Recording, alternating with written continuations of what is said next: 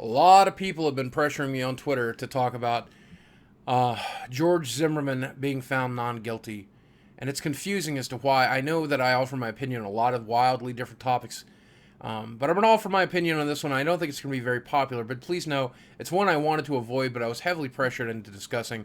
So we're going to discuss it today, and I know that you're going to be tempted to hit the unsubscribe button. I hope that you don't, but if you do, I understand. I don't know what people want me to say. Do they want me to say that there's racial inequality in America? Yes, there is. Clearly.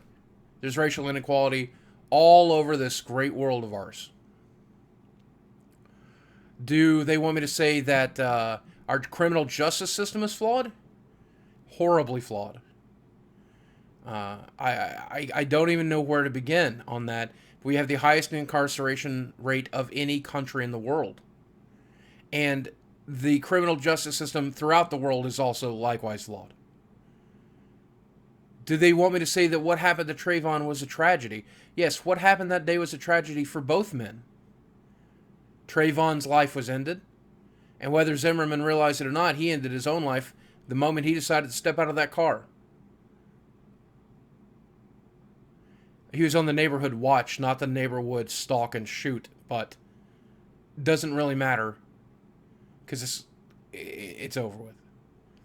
And this kind of shit happens every day.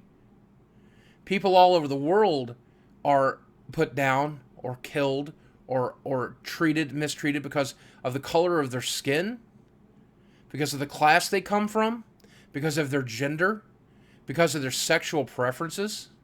There are countries in the world that are sentencing homosexuals to death as we speak. Tragedy is a common occurrence in this world. And you have to make a decision. If you are outraged by what happened that day between George Zimmerman and Trayvon Martin, and you want to pay respect to Trayvon's life, you have to make the decision of whether or not every life is worth defending. You have to make the decision that every tragedy is worth being outraged for. Because I assure you, outrageous shit is happening right now as I film this, right now as you watch it. Where's your outrage then?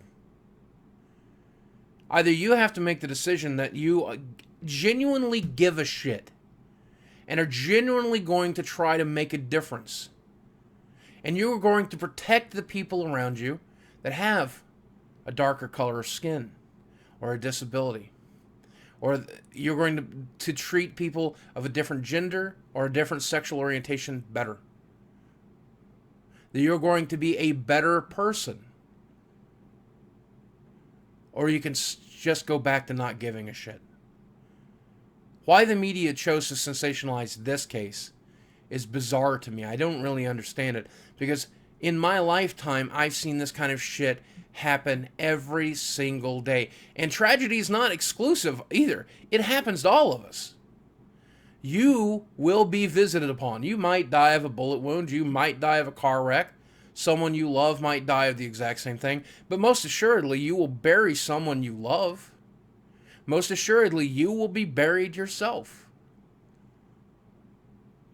You have to make the decision. Either this was a tragic event and you're going to wake the fuck up and be aware that this world is tragic and awful and fight to make a positive, good change in the world around you, or go back to not giving a shit. Choice is yours. Doesn't really matter either way. But I hope that you become more aware. I hope that you do wake up. I wake up. It's such a stupid phrase. It's such a stupid phrase. You're awake.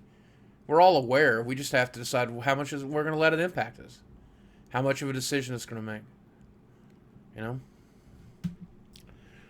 I don't know. But here's what I do know is that poor Trayvon. If George had never got out of his car, he had lived to see another day. What he would have chosen to do with that day is anybody's guess. I guess we'll never know now. I think you can always point to that as one of the quintessential examples of tragedy.